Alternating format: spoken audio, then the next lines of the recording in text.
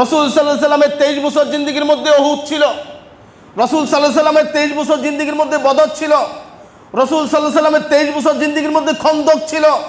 রাসূল সাল্লাল্লাহু আলাইহি সাল্লামের 23 বছর জিন্দেগির মধ্যে তায়েফ ছিল, যে তাইফে রাসূল সাল্লাল্লাহু আলাইহি সাল্লামকে রক্তাক্ত করা হয়েছিল, যে তাইফের ময়দানে রাসূল সাল্লাল্লাহু আলাইহি সাল্লাম মেরে রাসূল সাল্লাল্লাহু আলাইহি সাল্লামের শরীর মোবারক থেকে রক্ত ঝরে পায়ের মধ্যে জুতা আটকে গিয়েছিল। এই ছিল রাসূল সাল্লাল্লাহু আলাইহি সাল্লামের সিরাত। এই জিন্দেগি দুই ভাগ করা হয়েছে, 40 থেকে 63 এই জিন্দেগি হচ্ছে রাসূল সাল্লাল্লাহু আলাইহি সাল্লামের সিরাত। আজকে এটা ভুলে গিয়েছি, আমরা এটাকে ছেড়ে দিয়েছি। একটা নির্দিষ্ট দিনকে আনন্দ উদযাপন করি, নিষেধ করা হয় না, করেন আপনি। রাসূল সাল্লাল্লাহু আলাইহি সাল্লামের এই মিশনকে বাদ দিয়ে যদি শুধু বছরে একটা দিনকে যদি আপনি আনন্দ উল্লাস উদযাপন করেন, তাহলে আপনি আমি কিসের মুমিন হই, কিসের রাসূলের অনুসারী হই?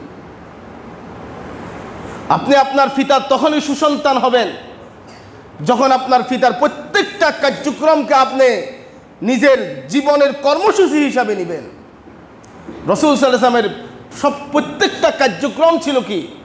এই জমিনের মধ্যে আল্লাহর দ্বীন কায়েম করা, এই জমিনের মধ্যে তাওহীদের বাণী বুলন্দ করা, এই জমিনের মধ্যে তাওহীদকে প্রতিষ্ঠা করা, এই জমিনের মধ্যে আকিমুদ্দিন আকিমুসসালাহ কায়েম করা। এই ছিল রাসূল সাল্লাল্লাহু আলাইহি সাল্লামের আদর্শ। এটার থেকে সরে গেছি, এটার থেকে কি সরে গেছি। দ্বীনকে শুধু মসজিদের মধ্যে সীমাবদ্ধ করে রেখেছি, দ্বীন কি শুধু মসজিদের মধ্যে মাদ্রাসার মধ্যে সীমাবদ্ধ। আলেম ওলামার ক্ষমতা মসজিদ এবং মাদ্রাসার বাইরে নাই। আপনি দেখেন, যেই মসজিদে আপনি খুতবা দেন ওই মসজিদের সভাপতিও আলেম না,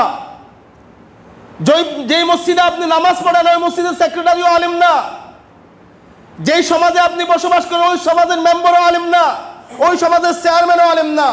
আর আপনি আমি শুধু রাসূলের এই বিষয়গুলো নিয়ে করতেছি, বাকি মিশনের কোনো চিন্তা ভাবনা আমার নাই। আছে? বাকি মিশনের কোনো চিন্তা ভাবনা আছে?